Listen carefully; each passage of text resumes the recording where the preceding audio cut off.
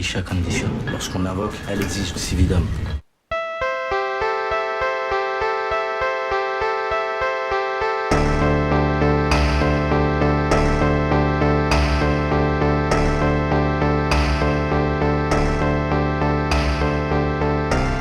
Hello, everybody, and welcome to Frankenstein's podcast, where it's all about the monster. We're a creature feature podcast about monsters and why we love them. I'm one of your hosts, Trapraska, and with me, as always, is your other host, Khalid Hussein. What's up, Khalid? What up, Joe? Nothing. I'm doing well. Yeah, you're thrown off. We're recording a little earlier than we usually do. Everything's off for you. Kind of, but I also just I always say what's up, but I actually never know what to say to what's up. I was like, nothing or like things. I don't know. You literally had like most of your life to figure out what to say to what up. I just kept putting it off. You just got to have a few just like placeholders at least, something in the pocket. That's good advice. It's good advice. Probably won't take it. Good advice. Okay. Really excited though, Khalid. Guess why? Why? We have a very special guest who I'm going to bring in right now. Joining us is Wi-Moto Nyoka. Hi. And I'm going to read your bio here. I'm really excited for it. Really? Okay. Yeah, you sent me. You are an Afro-Mexicana horror and sci-fi writer. You are an Ignite winner for your podcast, Black Women Are Scary, and founder of Dusky Projects. Your next published work, And Then I Wake Up, will be found in Latin American Shared Stories from Flame Tree Publishing, available this spooky season. And you can check out Dusky Project on Patreon for the exclusive film that goes with it, which I will link in our show notes. So welcome. Thank you. I mean, I couldn't not read it. You got a great resume. So. Great. Oh, thanks. Yeah. So welcome. How are you doing tonight? I am good. This is like a good hour. Like it's late, but not too late. So I feel like, we're going to get like cool. You know how when it's dark, you just like feel cooler when you talk? So I'm kind of like, yeah. We're cool. We're like having a drink at the bar, even though we're not doing anything. I know. But that's the vibe from where I am. I know we're all in different time zones, but that's the one I'm in. So we are often, whenever we record, we're often in all different time zones. Khalid's in like Pacific. I'm in the Midwest. So I'm in like Central, and then you're in Eastern. So like they're all like relatively close, but yeah. Sometimes we've arranged with people like in England, and then we have to like get up really early. Right. And then it's like a totally different, like they're in a completely different. It's a very different vibe. Keeps you on your toes though. Yeah. It really does. Yeah. So I'm going to ask you right away our guest questions that we ask all our new guests to the podcast, just to kind of get a feel for your vibes with the monster world. Yeah. First question is in all of pop culture, and this could be games, movies, books, comics, really anything. What would you consider your favorite monster? And if it's not the same, what would you say is the scariest for you? My favorite monster is the plant in Little Shop of Horrors. Oh, that's a great choice. Shout out the horror musical as like an underdog in the world. That's very hit or miss, but when it hits, you're like, I love this. I love that you brought all these things together. So I'm going to go with the plant because a carnivorous, entertaining, talking plant. I mean, you can't lose. It's never not fun. It works in more than one medium. So it's a creature both live, it's a creature in a movie. Like it has that fluidity because it's also a puppet, right? Oh, yeah. Yeah. But just the whole notion of this thing from outer space, like beguiling via, the like Sweeney Todd of it all, but I don't know. I just think that's a fun musical, and I think that's a fun monster because you kind of want it to win a little bit, and there are versions of the musical in which the plants inherit the earth. Mm-hmm. So That's right. That's a really good choice. With it, also just like banger tunes, like the songs are really good. Oh yeah. Yeah, the plant has great songs. Yeah. Like, come on, it's fun. Feed me, Seymour. Feed me. Very soulful. It really does just like grab you in all the right ways. Yeah. That's a great choice. Yeah. What's your scariest monster? Yes. Okay. So my go-to response is the xenomorph. Good choice. I just think that like, not just that it's oozing acid, not all the obvious things, but the fact that it is also a parasitic being like of all the things on top of it, it's that and those and like anything. Typically, when I watch any sort of infestation style horror, it really creeps me out. So that and I don't know if you ever saw what was that? Not The Thing. They're in this. They're in a remote. They're in a remote ass wintry space, and they're scientists. But it's I think it's called Thaw. Oh, interesting. I've never heard of it. So this is like this genre of horror where it is about like smaller alien creatures getting inside you and like being taking over and being like, coming out of you. And so I think the Xenomorph really did it. You know, we have like different versions of that, but it really, I feel like it did it the best and did it first, maybe. I don't know. Yeah, that's well said. I mean, like the Xenomorph is good, especially because like it can also just like chase and kill you. But if it doesn't, like you said, if it doesn't kill you, then you're just like, oh, this is probably much worse. Like, yeah, it's such a huge part of the lore of having something come out of your chest. Yeah. I recently just went to there's this VHS club Awesome. and they do Sunday scaries. So it's a Sunday matinee in a room at a community center. It's just like for the people. And they hook up the VHS player, which I was like, how did you even get this thing? They hook it up to a projector, so they're projecting it, and they had a screening of Alien, and I hadn't seen the first one in forever. And I was like struck by the first one. Like, it's a low budget indie film. So there's that where I'm like, oh, this whole thing started with just like, I don't know, some practical effects and some good lighting and acting. And like that initial lunch where it pops out of his chest, I was like, right, everybody was referencing this because no one saw that coming. Mm-hmm. Nobody had seen any scary movie where that was what the monster was doing. Yeah.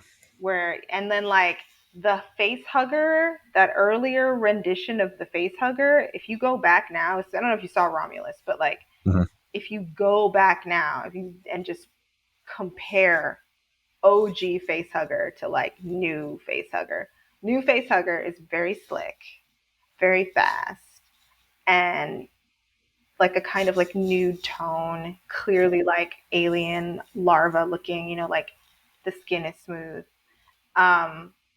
OG face hugger looks like raw chicken. Like, it's so gross.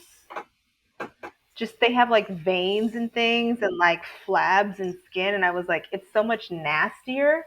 So the idea of that really attaching to your face is like just the grossest thing. It's great. Like, watch the first one again. It's great. It's a so slasher in space. Like, you're like, I forgot about all of this.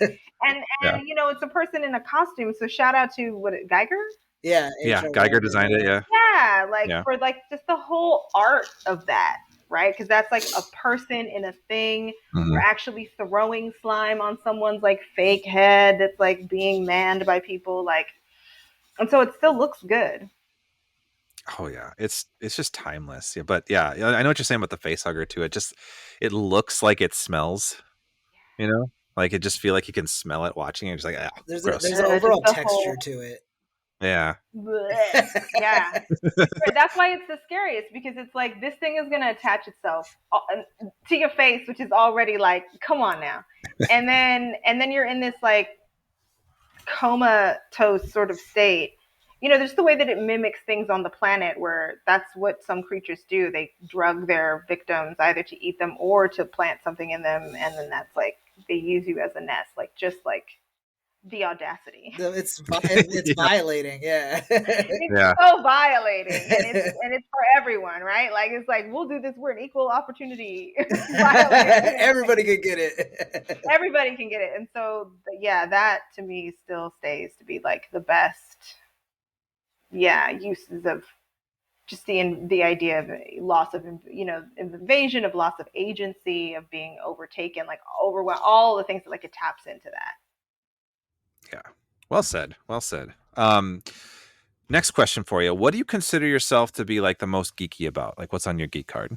So speaking of VHS to project, I love that kind of thing. Like, I got my graduate degree in immersive tech. So a lot of like dealing with people who do things with like Arduinos. I don't know if you're into this like wearable art where you can like program it and it can respond to like whatever it is that you want it to. Projection design, so a lot of the software, but like a lot of that involves getting kind of gadgety and hooking it up to like an old school TV or something like this. So it's always like future things and analog, and I geek out about that. There's a record shop not too far from my house, and they have tapes, they have tape decks for you, like, and they're doing all these things where they're trying to like hook up this system to this old tape deck over here and then like to the turntable and all the things. And they have a Walkman with Bluetooth. And I was like, I didn't even know this thing was something that existed. And they're like, yeah, we're going to get a bunch. And I'm like, I'm totally going to buy this Walkman with a Bluetooth and then have like wireless headphones and be able to, and then go get tapes. Like, that's not even a thing I ever thought I was going to. That's crazy.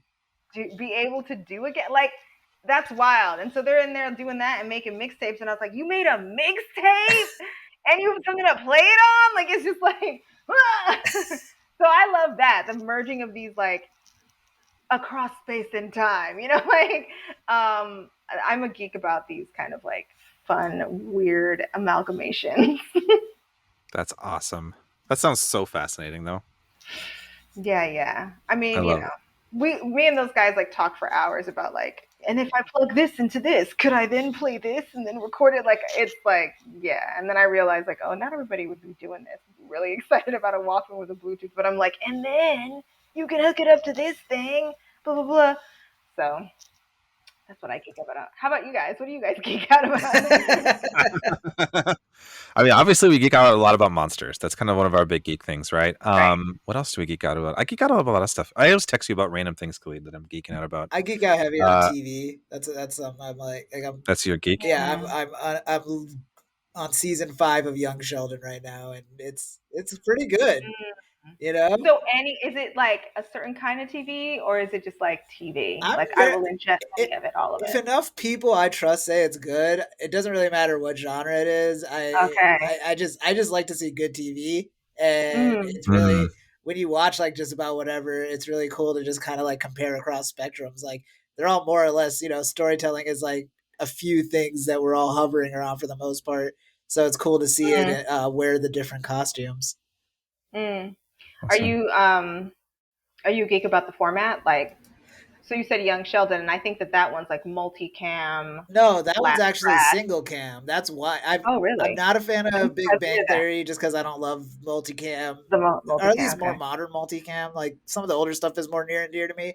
But this is single cam. It's kind of more in the vein of like Malcolm in the Middle or something. So no laugh track? Yeah, no laugh track or anything. And I don't think I realized that about that show. And it's just like this. I would assume that was what it was because it felt like an extension of the Big Bang Theory, and that was like multi-clam, laugh track. Like we're doing that style of TV. I mean, but like it's really well written.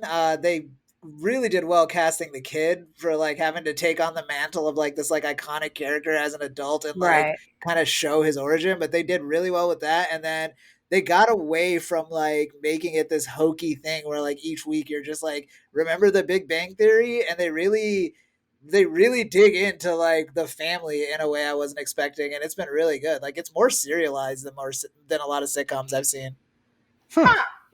This is surprising. Yeah. It's very surprising. And that's why I watch everything. Because, you know, like... you learn something. I can tell you what I think I don't like, but I don't know until I try it. That's well said. That's a good place to live. Yeah. Yeah. That's it. Thanks for, I mean, not everyone throws the guest questions back at us. Sometimes I forget to think about like what my answers would actually be too. Like for me, like it would definitely be Star Trek. That's one. I have another podcast that's about Star Trek. So that's my big thing. Okay. Anything Star Trek, and then candles. fascinating. What is Love it like? candles. I've never heard this. Do you do like candle making? Do you go to those things? I haven't gone to it, but I have got like a warmer. So like I like to try to like take the candles that I've been using and melt them down and think of which scents would go together, like the remnants, and try to make a new candle from it. Halfway there. You're basically at candle making. I kind of want to like maybe my next step is I want to like get just like plain wax and different like scents to try to like pair them. I've always had this dream about like it'd be kind of fun to like make like geeky themed candles with like interesting scents. I don't know if it's probably many people already doing it, but I've let me show you something. You just have like a whole other life I don't know about somehow. We talk every day. My friend sent me this. I don't know if you can Oh my god. Dracula's Wedding. Ooh. Yeah. Oh my gosh. It's rose orange and grapefruit, which I don't know if that makes me think of Dracula, but it has teeth inside. What? You'd think it would be a blood orange. It smells good, but I'm just saying along the lines of what you were just talking about. I dig it. Yeah. I am 100% in that. I love like, little like small indie places that sell like super unique things. I'm all about like unique candles, all about that stuff. Yeah, I feel like the next time if we speak again, you need to have gone to a candle making class because you're almost there. If you're already putting together candles that you have to make new scent, I'm like, you just need to go on ahead and cross the line. You gotta take the plunge, right? Yeah, dude. Wait, Khalid, you gotta. No, I did not know this, which is like, it's not like. I don't know you watched Young Sheldon. Okay, fair, but that's just like a subsect of the thing I'm geeky about. This is like a whole fandom that you're like a whole other genre. What the hell's my candle? Like, I make candles. Still perfecting it. I'm trying not to feel betrayed. I'm happy that you have a hobby. You have an interest. That's healthy. Thanks, Khalid. I feel like the next thing is that you need to commission like a bespoke candle for yourself. Like you need to be like, I want my own candle a scent that you made for me. This is my I'm gonna design one. This is what I want for Christmas. Yeah. Get him to do the thing. That's what I want. Let me know if you need like a word cloud for inspiration. Yeah, like right now all I have is Michael B. Jordan and sandalwood. Okay. I can work with that. That's the fantasy of so many people. Just those two words. Like, yep, that goes a long way. Let me know if that gets you in the right direction. Yeah. All right, I'm in it. And when you said Star Trek, is it like, do you have, if you're geeking out, there's got to be one that you like the best. Ooh, yeah, it changes sometimes, but I am, I like them all for different reasons. I'm particular to Deep Space Nine a lot. Really love that one. I meet a lot of people who love Deep Space. I did not watch Deep Space Nine that much, so I'm like not very familiar with it. But really good. I like the lead actor, and I mean, I'm a Trekkie because with my dad. Like, I do watch it on my own, so I'm not gonna lie. Like, I'm doing New Worlds right now, and I did Discovery. Yeah. But like, I really watch it as a way of like this thing me and my dad did. So. Oh. That's sweet. Yeah, that's actually so the other podcast we do is Star Trek. It's a Star Trek podcast. My wife and I do one together, and we get a lot of guests for that. And they always talk about how there's like usually some sort of like connection that Star Trek brings with them to like a family member or somebody that they care about. And I think that's really kind of a neat thing about it. Yeah. That's fun. Pretty amazing. That's a pretty amazing. Considering that it started out as like nobody wanted to even do that thing, and you see the original one, it's like they had no money. They were just like in a room with paper mache things. Yeah. Like, it's gonna be like, ooh, like basically playing with toys. Yeah. But like committing, it really is a game of dress up in those early times, and it still struck such a chord and continues to do that. Can't have one without the other too. That's the nice thing about it. Yeah. I just think, especially with everything that's going on right now, that we still have Star Trek and that we're still like projecting those ideals into a future space for ourselves is just kind of fascinating considering where we are right now. Well said. Yeah. Well said. Well, yes, that's fun. That was fun to geek out about that stuff. Yeah. So wanted to say before we dig into your short film, really enjoyed Black Women Are Scary podcast. Thought that was very fun. I haven't listened to all of it yet, but I've been listening to a little bit. It's cool, like short form, like genre stories that are kind of like I don't know. There's like a usually audio tracks with it too, like music and things. It's really well Yeah. produced. I really enjoy it. Yeah. There's some sound design going Yeah. on. I was very inspired by LeVar Burton Reed's, where Oh, he just like he's first of all he's LeVar Burton, yeah. so there's that. It's really just him reading and then some light sound design. But we don't have like it's not like a full radio play. And I was like, yeah, I want to do something like that, but I want it to be, with the new scary stories and like maybe a different actor. And like that first season, the first couple of seasons, we had not only different actors but different sound designers as well. So it really was like these are all the people behind the mic that you don't typically see sound designing and acting on all the things, and that's how many people I was able to find that can do this. Like there's a lot of black and brown femmes that can do this work and do it well.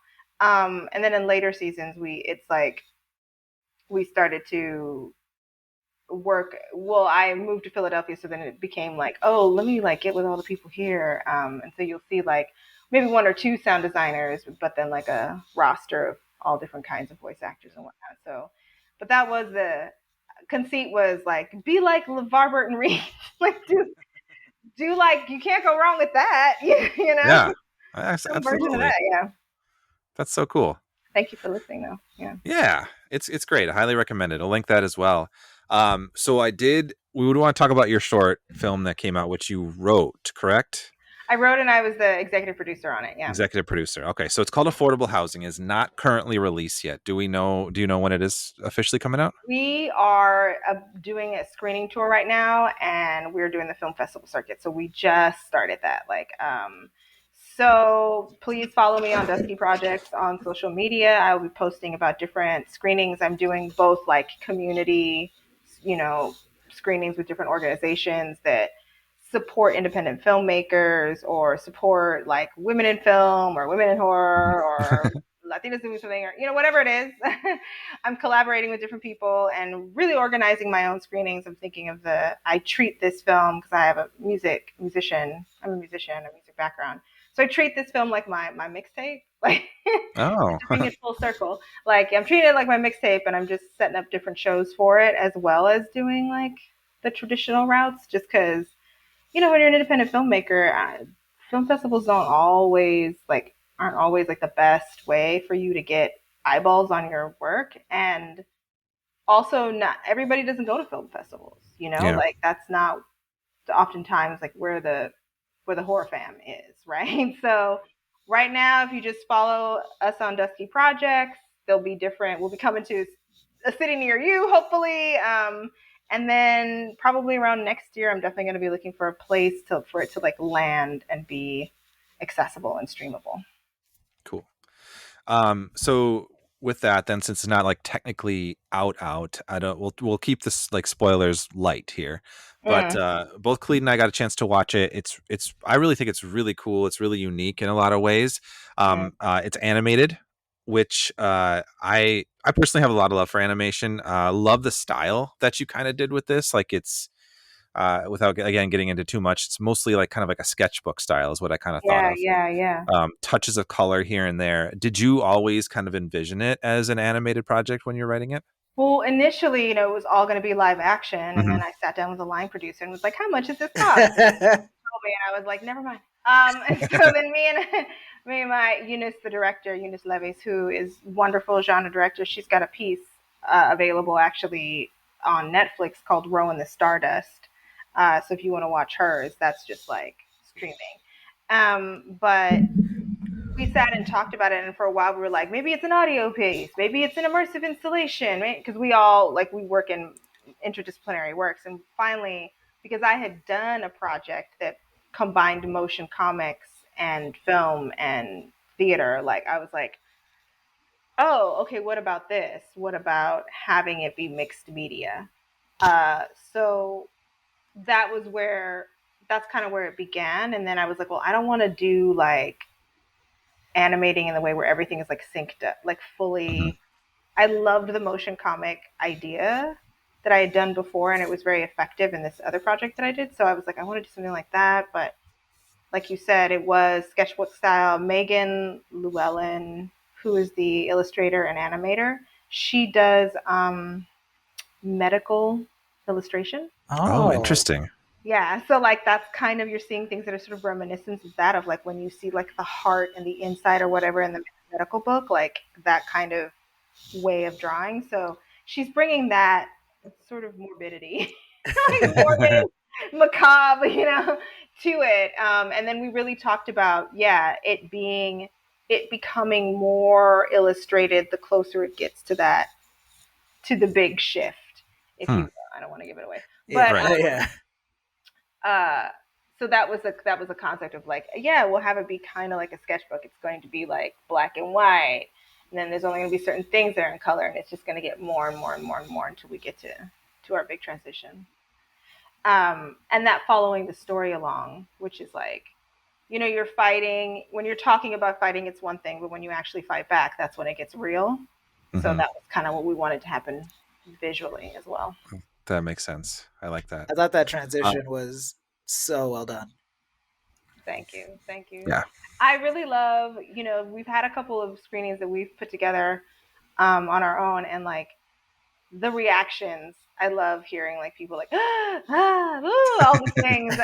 So people really dig that. And, the final surprise too, people really dig that. So. My question is like, tonally, I feel like it was really interesting watching it because it was like such a specific tone. And I guess it's like the central conceit of it, and like without giving too much away or anything like that, like in horror movies, there's kind of always a question of like, why doesn't so-and-so just like run away from the scary situation? And I feel like there's a way to like play the answer you give your protagonist for laughs, and you play it all so like seriously and like matter of factly, and like I just kind of had to shrug and be like, yeah, that's real, like I agree with it. But it's like, was that easy? Was that like from script to screen, was that easy to communicate with the actors and directing and everything, or did that take a little time to kind of like land on that?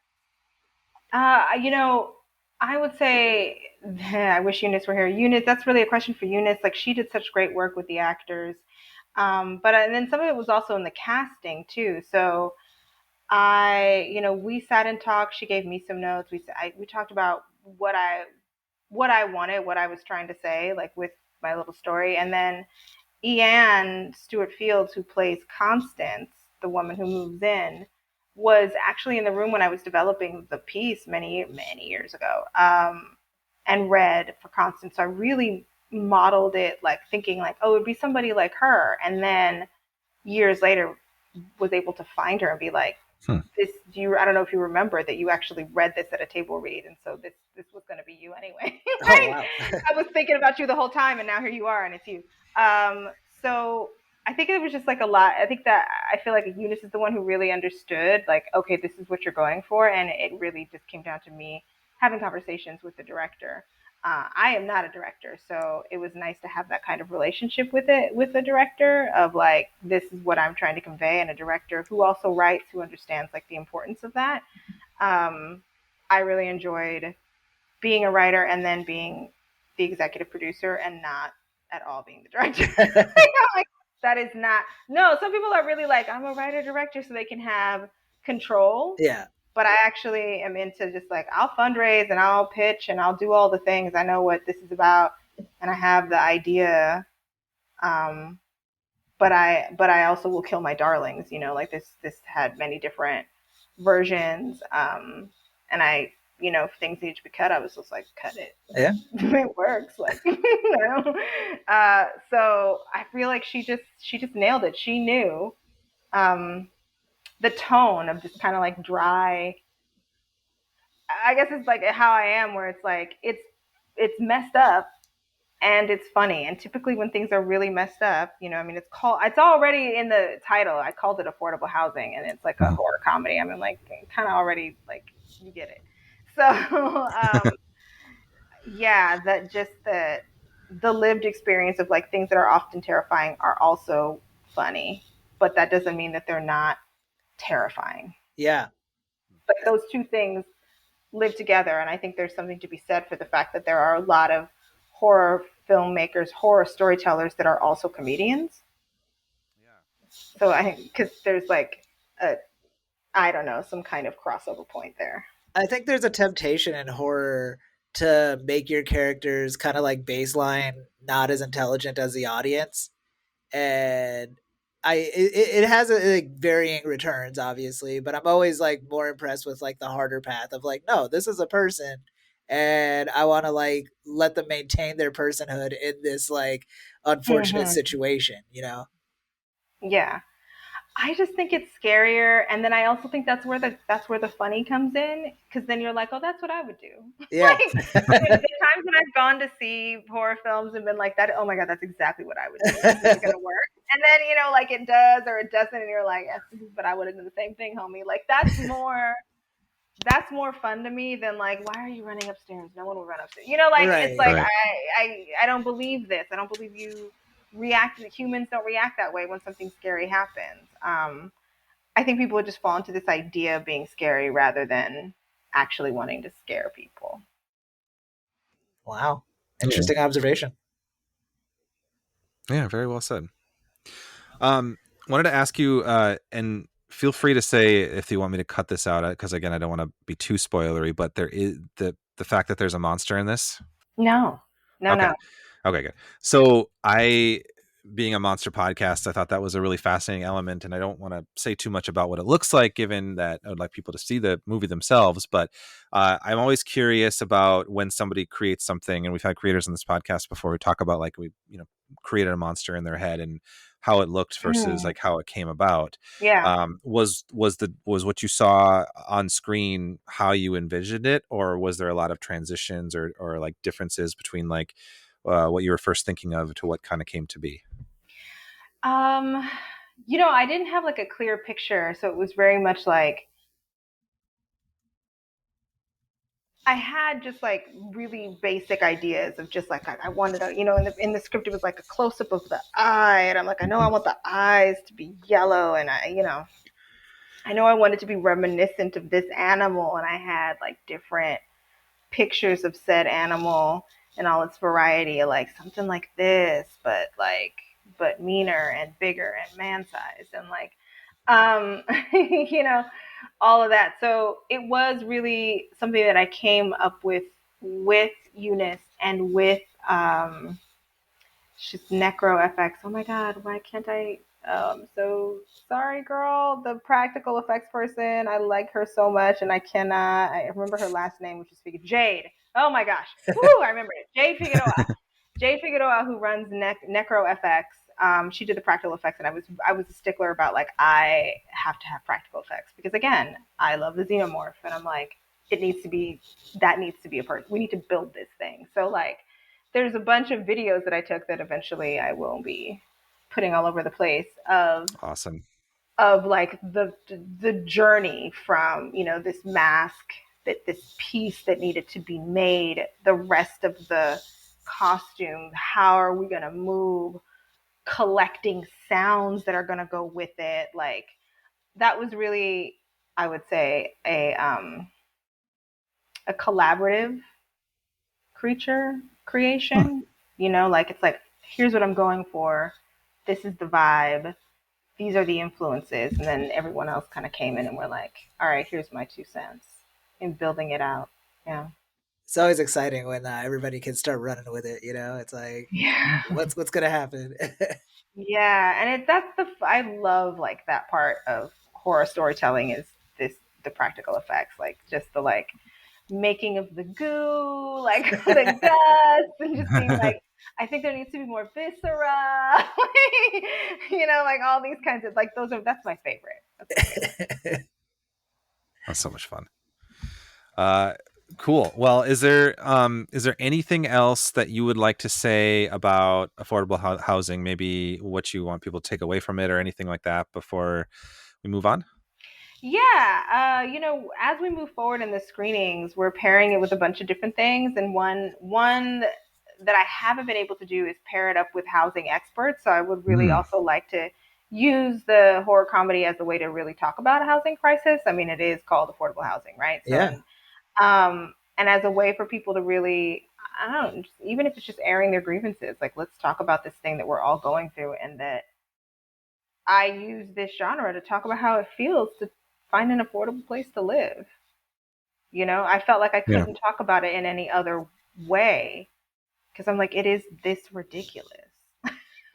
It is like to your point of like, why did they stay? It's like because it's cheap. Yeah, real. and you were like, I would probably do this to keep a cheap apartment. That might not be a deal breaker, you know? Yeah, you're like, I don't know, we can figure this out. I might live with a monster. Like, I have bad roommates, you know, like, and so just kind of getting into this space of how ridiculous this is getting, and what people are being subjected to and having to consider doing, or you know, navigating or enduring just to have a decent place to live. Yeah, I definitely picked up on that. I love that that's like the undergirding to it. It's like, it's in the same way that what really drew me to Alien the first time watching it was like the classist aspect of it all. You know, I think that, you know, having something to say just makes it more fun to discuss after. Yeah. Yeah, well said. Well, thank you for answering those questions, and I'm really excited for the progress to see how this the festival circuit takes you, and definitely let us know when it's landed, and we'll share it as well. Maybe we can even have you back on to talk more about it. Oh my God, thank you so much. I Spoilers. appreciate it. Yeah, thank you. That'd be fun. All right, so moving on to our next topic, Khalid, I got a question for you. Oh man, it was going so well. Hit me. What is Kandisha's favorite play? Kandisha's favorite play. Little Shop of Horrors. I don't know. Fiddler on the Hoof. Nice. All right. Oh my God. Wi-Moto liked it. I did. That was a win. That was a win. That was a win. That's top tier for you. Like of your puns, like that's on the higher side. I was pretty proud of that one. That's a segue, Khalid. What are we talking about? Thanks for asking, Joe. Today we are talking about Qandicha, the 2020 horror film directed by Alexandre Bustillo and Julien Maury. And we've got a synopsis from your homeboy Khalid, me. And it goes a little something like this. When an ancient demon from Islamic lore is summoned, 3 affectionately racist graffiti artists must fight to save literally even one dude. The Moroccan streets run red with blood as Kandisha reminds us there are better ways to handle problems than drawing pentagrams. What a monster! They're creatures of the abstract that live off potential energy. It's alive! Right. Thank you, Khalid. Well said. Well said. So this was a cool one. I appreciate Wi-Moto you bringing this one to us because I hadn't heard of this one before this. So this was a really exciting one. I did dig into a little bit of backstory, a little bit of background of kind of how the movie came to be, though.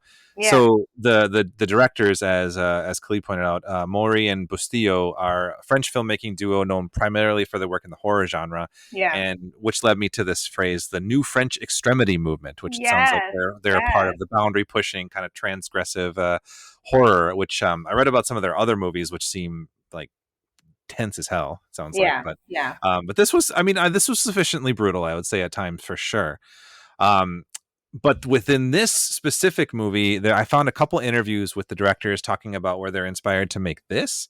And they talked about how one of the things they just do as horror directors and people with, who like horror, they just ask their friends, like, what scares you? What frightens you the most? And Alex Bustillo, he talked about how he grew up with a lot of Moroccan friends and they'd always bring up Kandisha. And they were like, hey, we've seen that, Catholic exorcism so many times. We gotta come back to this sometime. So they had the idea for that, like, kind of the kind of like exorcism element of this. And they kind of eventually built the sort of the film, and they wanted to put the idea of this like ancient sort of boogie woman into like a modern environment, and then thus we got this kind of movie. So anyway, I thought that was kind of an interesting backstory. But that being said, since you brought this to us, could you share some of your thoughts on it? Yeah, I actually wrote a little piece for Dread Central about how this might be a feminist slasher, and I know that's like, it's directed by 2 men, fight me. And and yes, to the mild, affectionately racist, because they're not Moroccan, so you're kind of like, yeah, Yep. but you Yep. not, and and then France, and but still, in terms of, because I don't typically like slashers, because if they are, and um, just the logic of them, there's been a lot of people who have written about this, where it's like the final girl. Mhm. Yes, there's a bunch of people who die in slashers, but she is being targeted because she's a woman. And that is the conceit of most slashers, is that the women who die in it die because they're women. The girl who is this object of obsession is that because she's a woman. Like, her gender is a part of why she's in this position. What I think is really fascinating about Kandisha is that they take that rule and they break it. And so everybody that's targeted is because they're a man. And you're Yeah. watching this whole film, and the only violent things, like the people that are violated and violenced, are all male bodies. And I don't know that I've sat through a horror film and seen that ever, where it's like Yeah. beautiful women are around and nothing happens to them. For an entire film, it's just the boys and the men, and like what that did to me emotionally. I was kind of surprised, like, oh, this is somewhere in the middle of it. I realized, like, I haven't seen anything happen to a woman except for that initial assault at the beginning, which was human on human, and that was her act. Like, the first part of it, the way it sets up, like, that felt very real. That felt, he's following her, even the way it escalated, I was like, this felt so almost like not even a horror film, like it was just going to be a drama. Before Yeah. they brought in like the mystical parts of it, right? And when she summons Kandisha, you're like, yeah, get him, and nobody cares. Everybody's like, yeah, he's dead, but ain't nobody gonna miss him. Like, everybody's on board for this, and then the violence continues, and you start to really question, like, well, what is the best way to deal with these kinds of situations? How can we, like, I don't know, just kind of got me to really thinking deeply about gender politics and all these things. But there was something very powerful about the fact that it was just the men. Like, when the older brother was like, I'm going to go to the gym, I was like, what are you doing being out after dark? Like, what is he thinking, being out here on these streets like this? Doesn't he know that, like, Kandisha is out to get him? And, like, I just remember thinking that and being like, I've never been concerned about a guy being out after dark. And I was worried. I was, like, angry that he wanted to still go to the gym. And I actually thought, like, Yeah. what are you doing out at night? And then you're going to be dressed like that? Like, I actually thought that. And I was just like, wow, this is like messing with my brain. So that is why I'm kind of like, everybody should see this film just to be like, look what they did with this rule. And then also, I love movies where the monster is a woman. I just think it opens things up. So having her be a woman, the history, like the lore of Kandisha, like, why is she like this?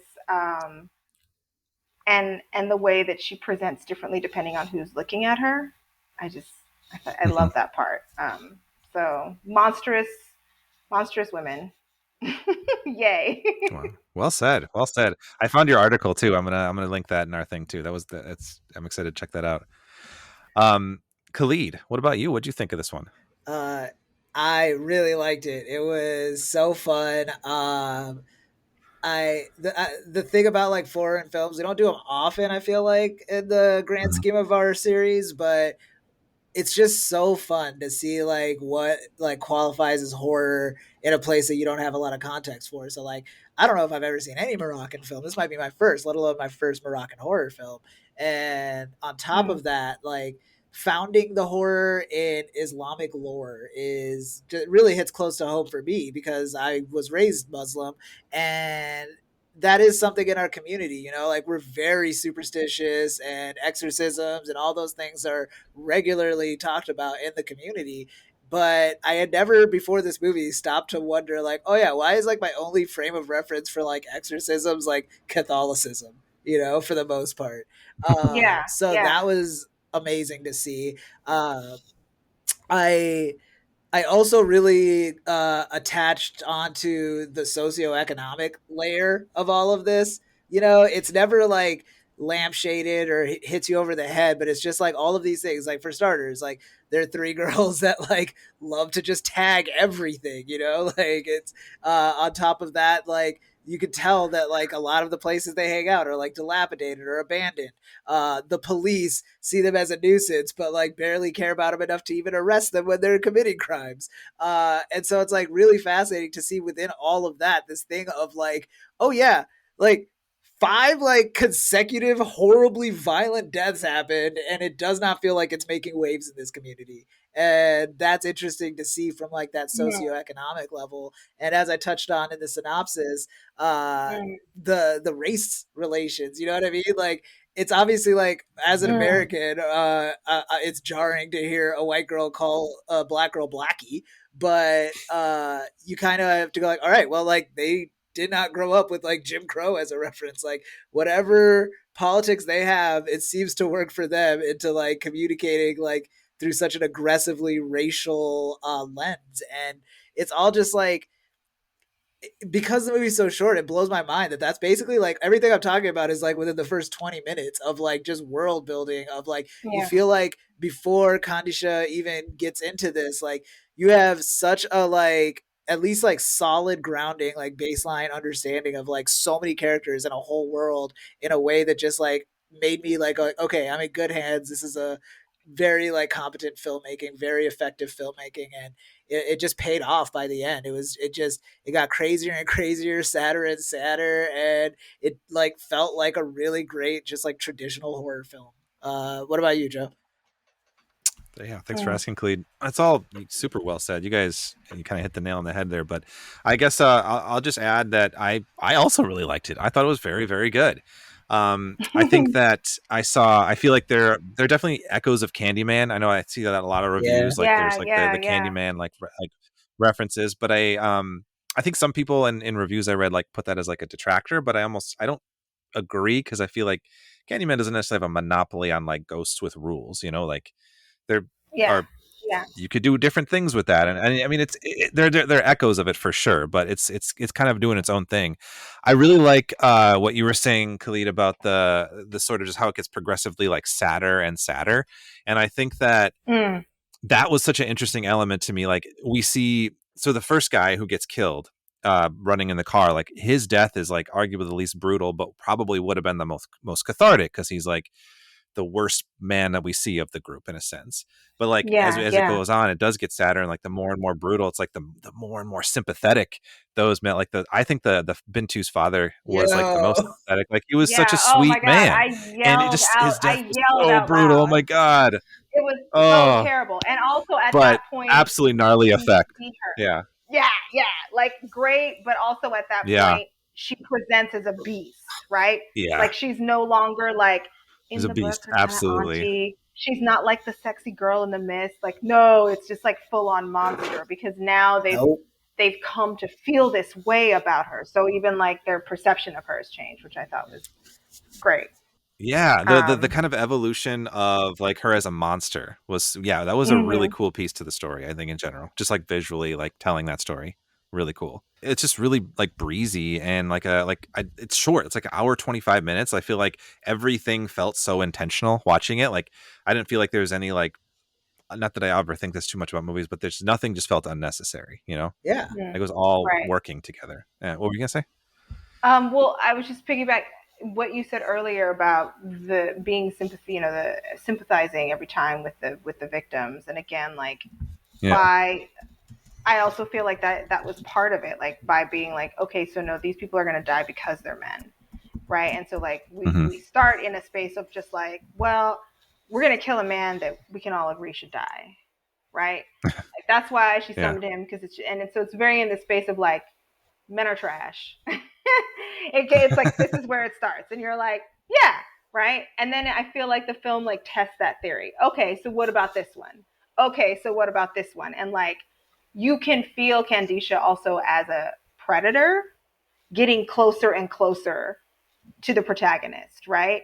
Via these people. Like, I'm going to kill now it's your friend over here. Now it's this guy that you hang out with. Now it's your so-and-so's cousin. Now it's so-and-so's brother. Now it's, and so I just think it's really interesting that it also explores like the different roles that boys and men can play in a community, and in a community like this, Khalid, that you're speaking of, like the socioeconomic critique that's also happening at the same time. Like, I feel like it's doing that on, multiple levels. Like, yeah, you have these guys, like, that's probably how people see them, as like these hoodlums, and like, he's a date rapist, forget it, but then you also have that guy, that one boy who was like, he was looking after all his younger siblings. Yeah. Mm-hmm. So he was like a co-parent in that house.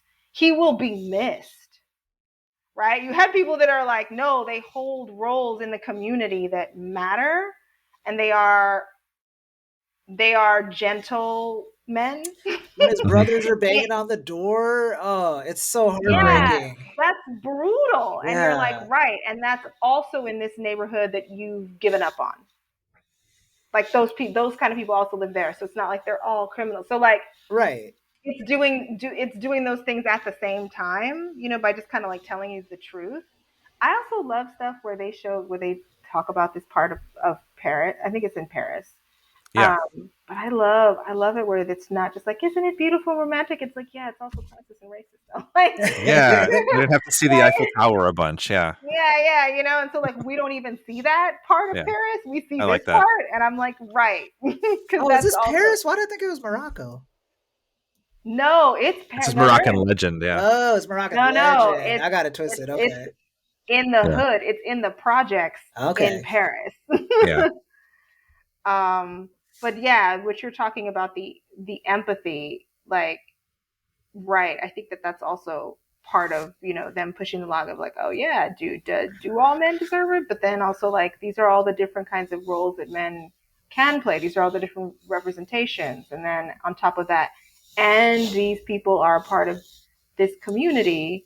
And I think that there's a comment that they're making there. Well, that's also like that. There's an interesting thing about like, you've got this Terminator like demon that cannot be stopped, and it's essentially like this idea of like, it's not just consequences for the person that did it, it's consequences for anybody around them. You know what I mean? And like, that is very like reminiscent of like, you know what I'm saying? Like, if the wrong person gets killed in the hood, everybody can get it, like, and it feels that's what this feels like. It's like maybe there was like some like response to the beginning of it, but you're the one laying waste now, like it doesn't even compare. Yeah, it doesn't. Like, now you've done all this harm. So I think I love that what you said of like, yeah, the wrong person in the hood. Like, when you have someone, whether they're good or bad, being taken out, and then like it has this domino effect in a community that really is like all they have is each other, right? So that aspect of it, but also just like, I think there's a comment in there on vengeance. Yeah, like definitely. Like there's a comment in there about like that where you end up, where they say like you dig two graves, right? Like there's a little bit of that going on where she ends up it ends up being not worth it. It might have been better if she had just, I don't know, they just jumped this guy rather than like summoning this demon, this vengeance demon for her. I think so. I think there's something in there about that. And I also think it's cultural, like what you were saying of, you do this thing and it's not just about you, it affects everyone. And since we are dealing with like Black and brown people in Paris, in France, and it is, like you said, a Moroccan, like an Islamic, through Islamic faith. Like, yeah, it's a white girl summons a Moroccan demon that kills mostly Black and brown people. Yeah, in a nutshell. So, yeah, right. So like, I think there's something cultural there too about the logic of it, of like, you make this one choice and it does not just affect you. Yeah. It's because it's not only about you. Yeah. So I feel like that's a good point. Yeah. I also just want to say the first exorcism scene was such a trip. It was awesome. I loved it. The way they just kept bouncing between like scenarios, so you didn't know what was actually happening at any given moment, and just being like, oh yeah, I'd probably want to stop this too. Like, I'd want to let go. Yeah, it was appropriately disorienting. I wrote that down as like one of my top like moments in the movie too. It was just a really well like shot and well like choreographed everything. It was just really cool to watch. And again, like it feels like we so rarely see like an exorcism that's not Christian or Catholic on screen, and so it's just nice to be seeing that more of that now. Yeah. Yeah, I'm a huge fan. I don't really love possession movies, Same. and then I realized that what I don't like is that part of it, like that it's always through the same lens. Yeah. Mm-hmm. You know, and so I started to watch films that deal with that from other countries for this reason, and I find that once you get away from the Judeo-Christian, like these are the rules, then it just opens it up of like, one, all faiths have some version of this, which I think is like, we all seem to agree that there are evil spirits that can or might hijack your body. Like, this is a thing that like people of Earth believe. Like, evil spirits are real. One, two, they want to hijack your body so they can run around and do awful things and hurt people. And it takes like ceremony to get rid of them, and that ceremony has to be led by somebody. Usually like a faith leader. Yeah, some kind of somebody who's been appointed or anointed or is chosen or something. And so I think that that's interesting, that like that math stays across time and space and people and borders and things. But I love when we get away from a Judeo-Christian setting and into just everybody else on planet Earth. How do you get from point A to point B? Like, what are the rules? Different. And so when you like go down this rabbit hole of different possession movies, it's like really fascinating. Not only the kind of evil spirits that they have, but the things that you have to do to either catch them, vanquish them, trap them. Like, it's like different. Sometimes you can't even kill them. It's like, you have to put them in this thing over here and this special thing that you have. Like, I just think it's really fascinating. So I love movies like this for that reason. I watch them a lot, like Kandisha, Medium from Thailand, which is also about the same thing, where a possession, it's like it's a found footage film. Yeah. I don't know if you're a fan of that. So it's like a possession story via found footage. So like somebody's coming in to do a documentary about shamanism, and it ends up being a possession film. Oh, wow. Sounds intense. It's great because it really does seem like it's a documentary at the top. And I was like, oh, did I click on the wrong thing? and then it like switches and I'm like, oh man, this is such a great way of like addressing. Yeah, but even what they had to do there was like different. Like, I always think that that's fascinating, what people require. And I think it's fascinating that we all do this though, as humans. Like, we all believe that this is within the realm of possibilities, and that ceremony must take place in order to dispel an evil spirit. Yeah. I think that, to what you were saying earlier, you said that you don't really usually care for slashers and you don't usually care for possession films. And this is kind of both of that. But like, I think I agree with you. Like, I feel like sometimes I'm just like kind of over slashers. I'm over those like, possession movies as well. But like, I think what we're realizing is that we just crave like a different way of seeing it. And it's like not necessarily that specific concept, but just like it needs to be done in a new and unique way, or given somebody else's voice, like bringing other voices into that space to tell those kinds of stories instead of just sticking with the one that's us over and over. We're seeing over and over again, which is why I think this felt so resonant. So yeah, and it's kind of like you see this and then you realize, oh, I've been watching things that only do this. Like, you get to step outside of it, and then you realize that sometimes you don't even know you were in it, right? You're like, I didn't even realize it was always like that until you showed me, until I got to see something that wasn't, and I was like, I do in fact like this genre. I just don't like it when it's this setting. I think it's interesting, slashers, just the idea of like a group of people running after one killer, is an interesting setup, but like it doesn't why does it have to be a final girl? Like, well, how did we even get there? You know, like it could just be anybody for any reason. So I'm excited for anybody who's going to push at that, like, not a final girl, maybe it's final guy, maybe it's final non-binary person, maybe it's the final human, I don't know, like, and different kinds of, because I think it opens up like what kind of killer, right? Like, by changing the rules in this slasher, you get to have a monster like Kandisha, which you don't typically see. Yeah.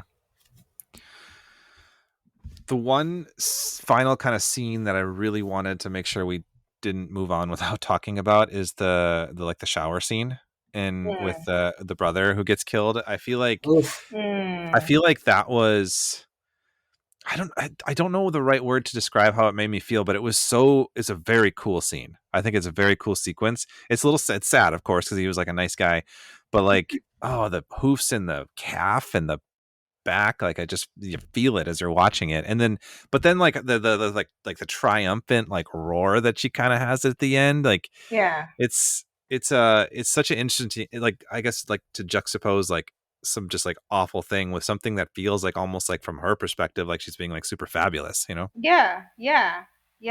It's beautiful because she comes out of the mist. You know what I mean? Like, it's like really well shot. La, la, na, na, na, and you're like, oh, erotic, and then you're like, oh god. It's beautiful, and it's also really intense, and it's kind of fetishized a little bit. Like, I kind of felt like the hooves on the back was sort of like fetishy as well, like it was weird, like a play on like dom sub. I see. Furry culture in there. So, like, you know, she's gonna put her high heels on him, but then it's like this like animal hoof, and you're like, this is all wrong. This is all wrong. Too much. So it's kind of playing into that, which I just don't think you can do that if Kandisha was a dude. Like, it just wouldn't feel the same.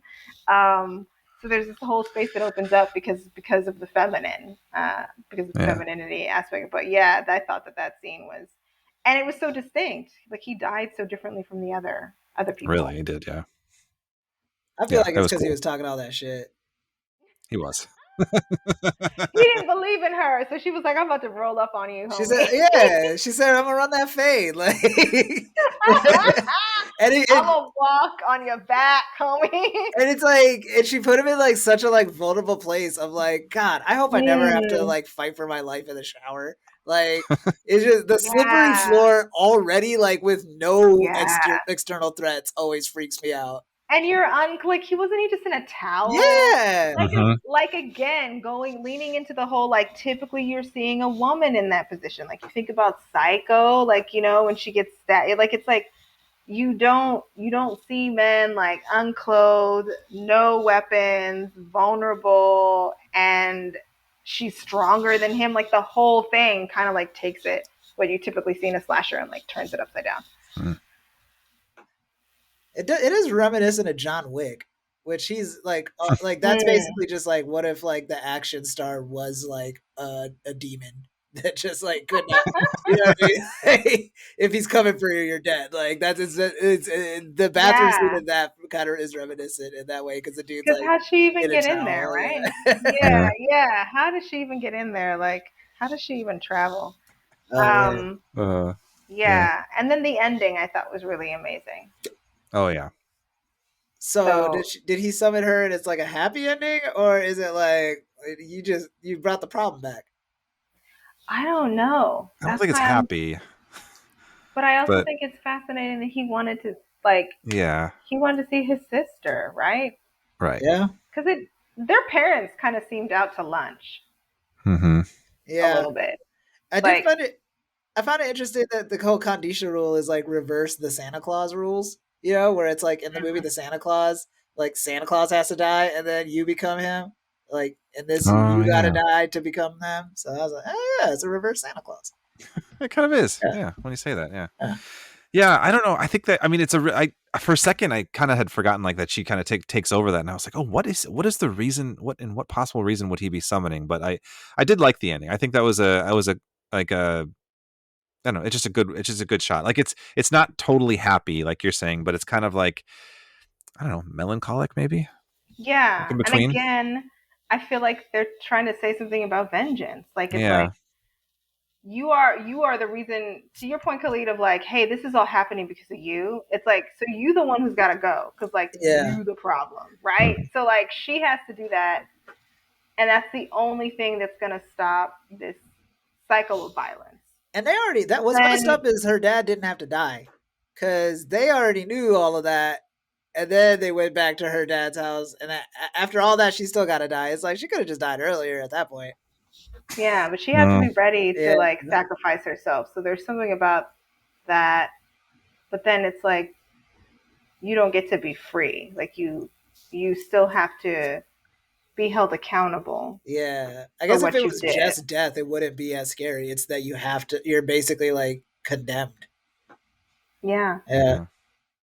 Yeah, she has to choose that sacrifice because I feel like there are a couple of attempts where they're like, we can defeat it this way, like the exorcism, and then the rabbit sacrifice, like those kinds of things. That was intense. Yeah, rabbit sacrifice was upsetting. Yeah, that rabbit sacrifice was a lot. Rabbit sacrifice was a lot. Yeah, it was. I was like, oh damn, y'all. But again, I also it was like, okay, yeah, some people you need animal sacrifice, and there's so many things about it where I'm like, this is kind of what I wish the craft had been like like you know, because it's like, to your point, like the girls aren't nice, they're like real teenage girls. Yeah, no, I like it. It felt very real. Like it kind of reminded me of Attack the Block, Joe. I don't know if you've seen that. Right, that's a good comparison. Really good comparison. Yeah, I love any kind of genre stuff that's like feels like earnestly set in the hood. Like I'm always just like, let's go. Attack the Block is another good one. But that's like a good pairing if you put these two together. Yeah, good double feature. Double feature. Yeah, that's good. I don't know what that ending was. I always wonder, like, did he just want to see her? Did he want to? Is it different now that she's Kandisha? Is she bound to the same rules? Yeah, like is she bound to? Is it like the genie where it's like, well, now you're in the lamp and you got to do the thing? Yeah. Also, can a dude summon Kandisha, or is that just like family privileges? Yeah, I didn't know, and so then it's just like, oh, so is she just a vengeance demon? That's it. Like it's not gender specific. Like she is a she, but like you can summon her. It would be cool to do like one where like it's like maybe a trans person summons Kandisha, and it really is just kind of like it explores that like of like what Kandisha's responding to versus like some like made up binary. Oh yeah. Huh. That's interesting. Right. Like pull sequel gender pitch. out of it. I know you should. Yeah. So we're gonna message those directors and be like, so for Kandisha 2, which you're going to explore, it's gender performance, and we're just gonna give you suggestions, and you make of that what you will. Yeah, it's gonna be Timothy Chalamet, Hunter Schafer. It's gonna sell for millions. Oh my god! Oh yeah. Would watch for sure. I would give it a go. I would at least try it. I'd give it like 50. Oh yeah. Hey, if it's on HBO, I'm gonna click on it. Like. Yeah. Khalid, we should monster real quick. I got monster stuff. Yeah, let's monster. I know you got some stuff. Okay. I got some like interesting background of like the monster. I know they talked a little bit about the monster like in Kandisha, like in the movie itself, but she's a mythological figure in Moroccan folklore, typically depicted as a beautiful woman who has the legs of a hoofed animal such as a goat or camel. Different depictions differ from region to region in Morocco, but generally thought to live near water sources and is said to use her beauty to seduce local men. There are like Western philosophers and sociologists that historically had tried to like attribute like meanings, like they were like, oh, it's an Egyptian goddess or something, but they were all like very wrong. But more recently, it's been kind of more brought to light that she's believed to be inspired by I think this is what they said in the movie, like a 14th century woman who resisted the colonization efforts in Africa from the Portuguese. And she would like strategically seduce troops in order to disarm them and slit their throats. The name Kandisha is posited to possibly be an Arabic interpretation of the Portuguese word that enemies called her La Condessa, or the Countess. which I thought was kind of interesting. So supposedly, according to the legend, she was caught and executed, but then she comes back as sort of a vengeful spirit, like a malevolent creature who has the legs of a camel and those black eyes, forever kind of damned to keep doing what she was doing. Originally, it sounds like the story was passed down like mostly by like oration, but so there's of course like narrative flourishes and stuff, but that is sort of the background of it, which I thought was super fascinating. But within the movie now, I think we talk a little bit. We like to talk about like the effects and kind of like what happened. There was a mix of CGI and practical effects, but a lot was practical, which was really cool.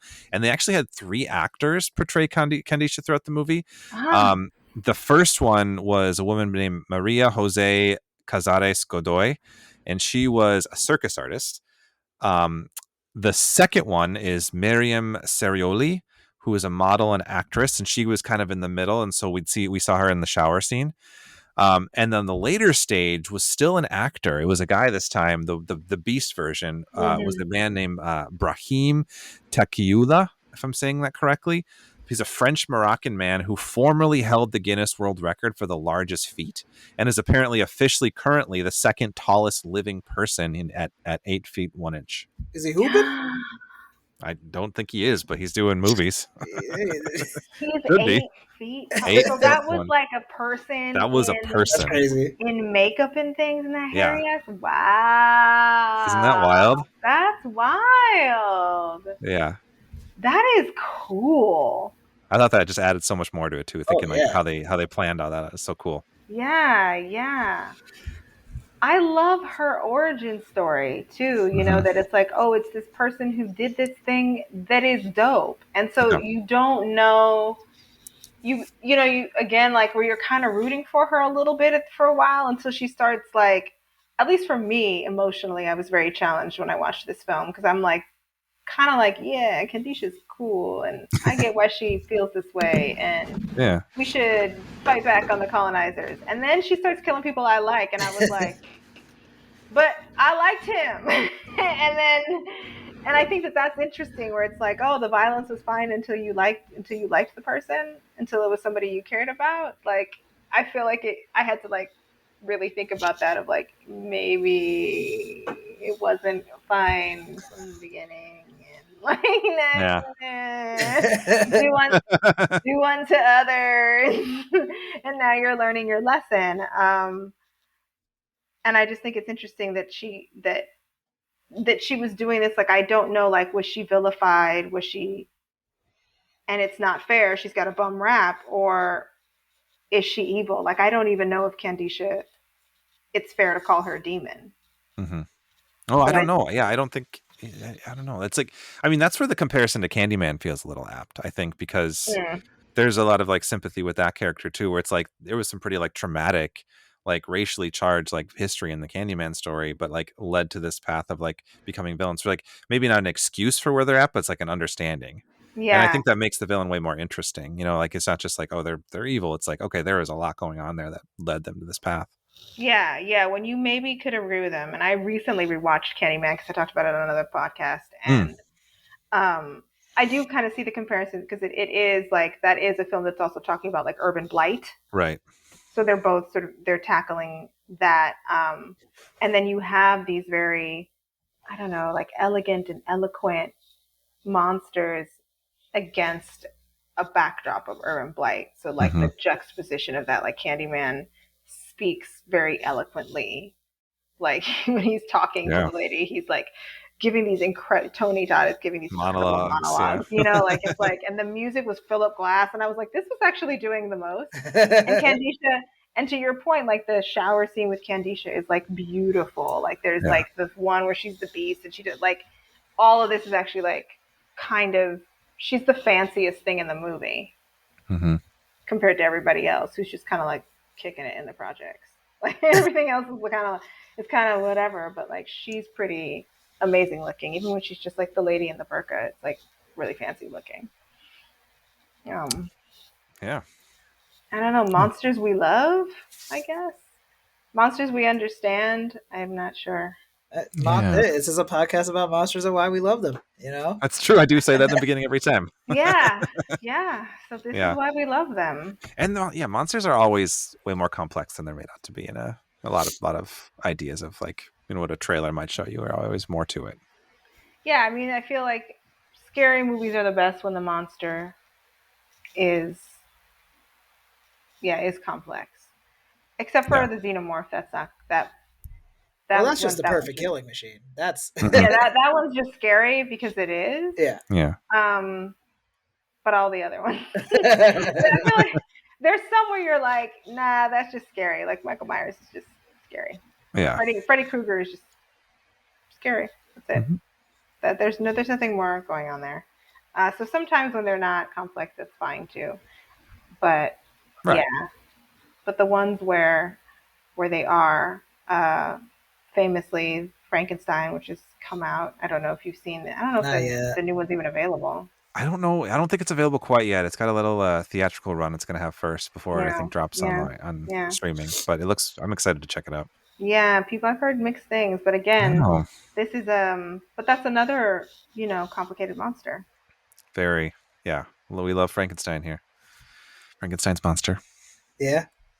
Yeah, the monster doesn't have it. Well, I mean, I think it's called Frankenstein because Frankenstein is actually the monster. Yeah, I think so too. Dr. Frankenstein is the problem. He's the true villain. Yeah, it's humans all along. It's humans. Yeah. It is at the end of the day. Yeah.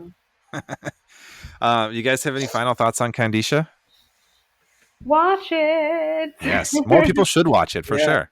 Yeah, watch it. Talk about it. Talk about monsters, and I just want to give a shout out to like more femme monsters.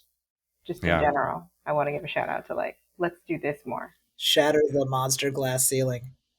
Yeah, I just kind of feel like there's just so many things that you can explore when it's a femme monster. Well, yeah, the same way that changing the protagonist can change your experience, changing the monster from like the typical markers is going to give you the same thing. Yeah. All right. We have one last segment that we always do on the podcast. It's our What the Fandom segment, in which we just share one or two things that we are just kind of into at the moment. We always let our guests go last and a little extra time to think about it. So I'll start with you, Khalid. What the fandom with you this week? Thanks for asking, Joe. My What the Fandom this week is about this intelligent little boy from Texas. It's called Young Sheldon. No, I'm just kidding. No, it's Interview with the Vampire, the series. The first season just dropped on Netflix, and I had always heard good things about it, but I don't have AMC, so I checked it out, binged it in like a day.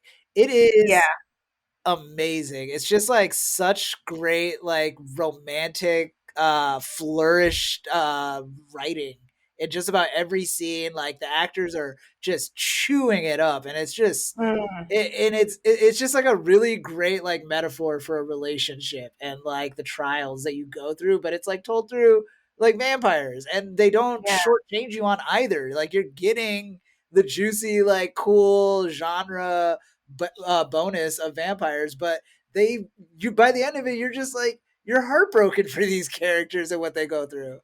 And it's really great queer storytelling too, which I think is like important to note. They also cast an African American for one of the lead roles in this, which is different from the feature film, and it all just really it moves. And I got a chance to check out season 2 as well. It's not on Netflix yet, but it sticks the landing. I've been telling everybody since I watched it, like, check it out. It is just stellar television. And like, if you haven't seen it, you're going to be so glad you do check it out. Joe, what the fandom with you? Thanks for asking, Khalid. So most people listening to this know that one of my like kind of like happy places is like classic sort of sci-fi TV shows a la Star Trek. But I like a lot of those other like 90s and early 2000s space opera shows. But one that I've been kind of revisiting recently, it comes a little bit later in that timeline from 2013, is a show called Defiance that was on the Sci-Fi Channel. And I recently just kind of threw it on because it was like suggested. I was like, oh yeah, I like Defiance.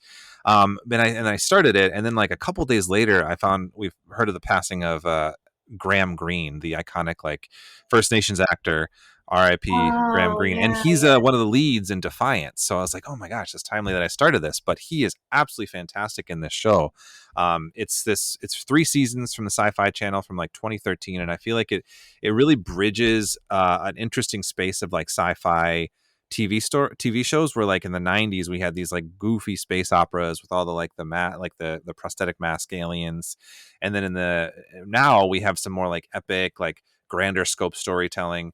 It feels sort of like an intersection of that, where there's kind of still monster of the week stuff, but there is like this overarching narrative. It's about like a generation ship of like multi like species that come to try to terraform Earth, and they start it and mostly get part of the way, but like there's a war that basically ends it, and this is like 20 years after the war, where like humans and like these 6 other races just kind of inhabit the Earth together, and it follows like the main character and he has like adopted daughter from one of the alien races, and they find a town called Defiance, which used to be St. Louis, where they're trying to make a life with all the races together. Also, Julie Benz, if you like Buffy and Angel, she's the mayor. Oh my gosh! Yeah, she's great in it. She's really good. It's got a fun cast. It's a really cool show. I watched it when it came out, and I'm like a little ways through season 1 again, and I'm still really digging it. So I would highly recommend that. It's on Peacock, is where I found it streaming. If you want to watch it. Okay.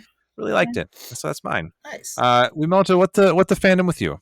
Okay, so that sounded dope. Also, side note, Interview with a Vampire, the guy, he's British. The black guy? The black dude? Yeah, The he black was in dude's actually Game of British. Thrones. He was Grey Worm.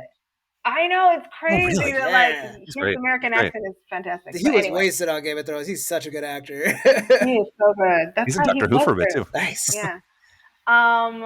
Yes. The fandom is twofold. So, like, you got me thinking about, when you said interview, I thought about AMC. Dark Winds. Oh It's a yeah, show love that that's on. show. I really feel, I don't Yes. know if people know enough about this, but watch Dark Winds. Like, the great cast, great writing, really great, like, First Nations creators and actors, just doing a mysterious ass, moody detective show set on a reservation, and I'm like, this is great. I love this. So I just have nothing but good things to say about that one, where I was like, I enjoyed every single moment of that. Thank you so much, AMC. So I'm gonna say, yeah, Dark Winds, and then I've been kind of going down like a Shudder rabbit hole. So I'm gonna go with this one movie that I don't hear anybody talking about called Deathmatch. Super fun. It is a wrestling match in like on like a Hellmouth kind of thing. So like it's set in the 80s in like the height of wrestling, and you're following this one woman who like really wants to make her name in wrestling, and then her crew, like where she works, they get a match out somewhere, and they're getting paid lots of money, and then they realize that there's actually sacrifices, so they really do have to fight to the death. Whoa. But just the whole like 80s wrestling, like the height of it, when everybody was like really into it, like setting a horror film in that culture was kind of mind blowing. So that's just like a fun, I don't know, fighting. I'm not even sure. It's not a slasher. I don't even know what to call this. Like, it's a horror movie. It's called Deathmatch. Like, it's ridiculous. And so it's a little bit campy, but it's a good time. It's a good time and some good kills. That sounds amazing. I am sold on that. Two great records right there. Yeah, absolutely. You will have a good time. Watch it with friends, get some pizza and some beers, and be like, we're gonna watch Deathmatch. What's that on again? Shudder. Oh, nice. Yeah, Shudder's like coming out with the thing. Oh yeah, Shudder's got some bangers. Yeah. Shudder and Tubi. Tubi will have some bangers. Oh, Tubi rules. Yeah. Love Tubi. Love it. Yeah. Mm-hmm. Yeah, you can go down a little horror rabbit hole there too, and be like, there's some good monster movies here. And then if I can do like one last fandom thing, guys. Yeah, go for it. This is not a horror movie. It's a Western. I don't know if you're into these. Yeah. Well, I like Westerns. It's called The Thicket. It's on Tubi. It has, what's his name from Game of Thrones, Little Half Man. Oh, Dinklage. Yeah. Peter Dinklage. Oh, I've heard of this one. Yeah. He's in it. And Juliette Lewis is in it. Wow. And she plays the villain, and she is horrifying. Does she And do like an accent? Yeah, she changes her whole voice. You don't. For a minute, I was like, "Is that Juliet?" Like, I didn't even know. I wasn't even sure if it was her. And I was like, and she's the antagonist in this Western, and it's some of the best. I haven't seen her do anything like that. I don't know. I'm also watching Yellow Jacket, so like, I think she's just killing it right now. But like, Yellow Jacket also is really, I can't. I'm still stuck on the end of season 2. That one's just really hard. Yeah, It's really good, but it's like rough. It's I'm brutal. like, oh my god, you guys! But yeah, The Thicket, this Western that and it's recent. Like it came out like a couple years ago, and I was like, why are all these famous people in it? And I didn't know. And she's so good and so scary, and she doesn't sound like herself, and it's a lot. Yeah, but it's good. So cool. Not a horror movie. But doesn't have to be. It's sometimes, oftentimes we do not talk about horror in the segment. Yeah, that's totally fine. Great recommendations. And I also just thank you so much for coming on the podcast. And like, this was a super delightful conversation. Really fun to like see your short film, get a peek into like the creative process, and like bring like a new movie to us. Like that's truly like the joy of like doing this show, is like meeting creatives, meeting new people who like this, like similar things, or just like bringing new stuff to us. Like it was delightful. Thank you so much. Yeah, thank you for reaching out and finding me. Like I was very excited when you were like, I saw your thing. I was like, really? Someone saw my thing? Someone knows about my podcast? Amazing. So thank you so much for having me. Is there anything else you want to plug real quick other than affordable housing? Any other like projects coming up or things you want people to find? Yeah, okay, so there's Latin American Shared Stories. That's an anthology that comes out the 14th, and then the film that that goes with it is on my Patreon on the 17th of October, spooky season. But also, you were talking about the podcast. I'm taking it live. So Black Women Are Scary is now going to be live. Wow. We're doing a maiden voyage, also for spooky season. Cool. So like the link is up in my link tree and all over my, everywhere that I am. It's like, look at this thing that I'm doing. So yeah, we're going to be doing live sound design and storytelling around a campfire. So I found a nice like woodsy space. So we're going to be amongst the trees and have like hot chocolate and hot cider. Bring your own blanket, gather around the fire, and we're going to tell you some scary stories. So we're testing out this idea. I hope it works, so that we can keep doing the podcast in like a in-person type of, from here on out. It's just like my dream. So hopefully that happens. So yeah, keep an eye out for that. If you are, that's site specific. So you got to be in Philadelphia to come to that. but hopefully we can keep doing it, and then, we can bring it to other places. So sounds amazing. I hope it works out. Yeah. Thank you. Yeah. Well, yeah, on that note, thank you so much, Wi-Moto, for joining us. And quick programming reminder for everybody, we do have a Patreon where you can come and be a Frankenstein with all of us. The tiers are $1, $3, and $7. Whatever you are able to contribute, it all goes straight into production of this podcast. We get gear with it, we do a little bit of housekeeping with it, but every little contribution is much appreciated, just like your listenership. So thank you all for listening. Thank you again, Wi-Moto. This is such a great discussion. And yeah, everybody, until next time, creep it easy.